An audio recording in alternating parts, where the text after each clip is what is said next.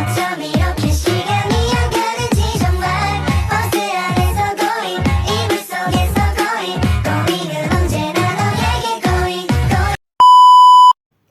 Halo, Assalamualaikum warahmatullahi wabarakatuh.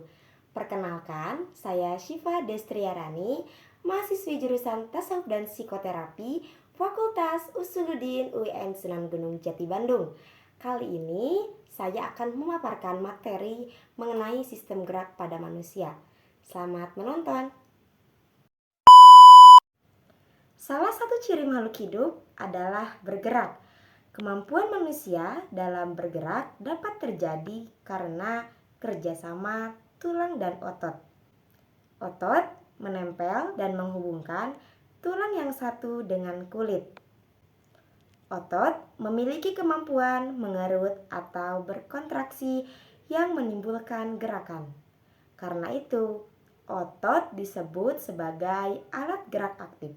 Sedangkan tulang disebut dengan alat gerak pasif.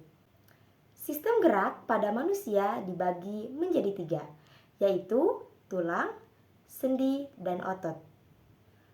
Tulang ini berfungsi sebagai alat gerak pasif. Sendi berfungsi sebagai penghubung antar tulang, dan otot berfungsi sebagai alat gerak aktif. Bagian pertama yang akan kita bahas adalah tulang. Kumpulan tulang disebut dengan rangka. Nah, rangka merupakan kumpulan tulang yang tersusun dari 206 tulang yang berbeda sifat, bentuk, dan letaknya. Fungsi rangka. Rangka memiliki beberapa fungsi.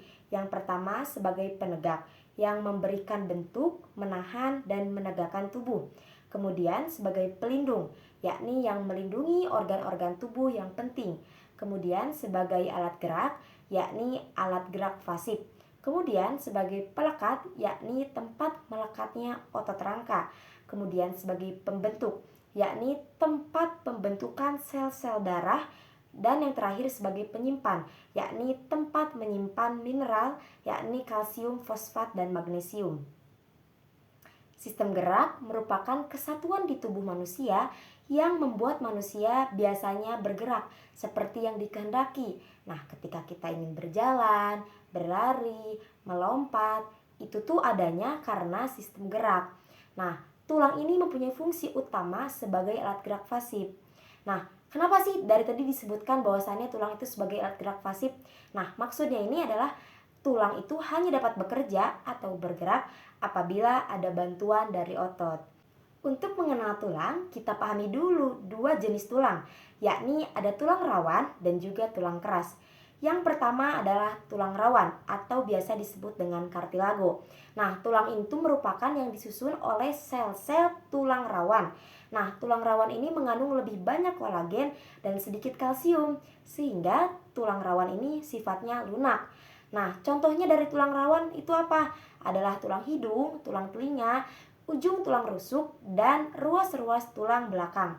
Nah, berbeda nih sama tulang yang kedua, yakni tulang keras. Nah, jenis tulang keras ini disusun oleh osteoblast atau sel pembentuk tulang.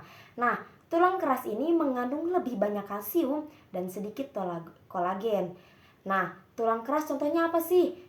Tulang keras contohnya adalah tulang betis, tulang lengan, tulang paha. Kemudian apa bedanya tulang rawan dengan tulang keras? Nah, singkatnya itu kalau tulang rawan itu lebih lunak dibandingkan dengan tulang keras. Nah, menurut bentuknya, tulang manusia itu dibagi menjadi 5 bentuk. Yang pertama, tulang pipa. Kemudian yang kedua, tulang pipih. Yang ketiga, tulang pendek. Yang keempat, tulang tak beraturan. Dan yang kelima, tulang sesamoid. Nah, teman-teman bisa lihat contohnya dari gambar-gambar berikut ya. Nah, perhatikan, ketika tulang sudah membentuk sebuah rangka dan pada manusia itu dibagi menjadi 3. Yang pertama ada rangka tengkorak. Nah, tentunya bisa dilihat di kepala sendiri ya. Nah, di situ tuh di dalamnya ada rangka tengkorak. Kemudian yang kedua ada rangka badan. Nah, rangka badan ini ada tulang punggung, tulang belakang, tulang rusuk, dan juga tulang panggul. Kemudian yang ketiga ada anggota gerak. Nah, tulang anggota gerak atas dan anggota gerak bawah yang terdiri dari lengan dan kaki. Bagian kedua yang akan kita bahas adalah sendi. Apa sih itu sendi? Nah, sendi itu adalah penghubung antara satu tulang dengan tulang lainnya. Ada 3 jenis persendian. Yang pertama sendi mati, sendi kaku, dan sendi gerak. Oke, yang pertama sendi mati. Sendi mati adalah sendi yang tidak bisa digerakkan. Contohnya itu hubungan antar tulang tengkorak. Yang kedua sendi kaku.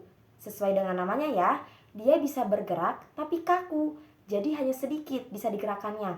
Contohnya itu sendi antar ruas belakang, sendi antar tulang rusuk, dan tulang dada. Kemudian yang terakhir ada sendi gerak. Nah, sesuai dengan namanya, sendi yang membantu pergerakan kita.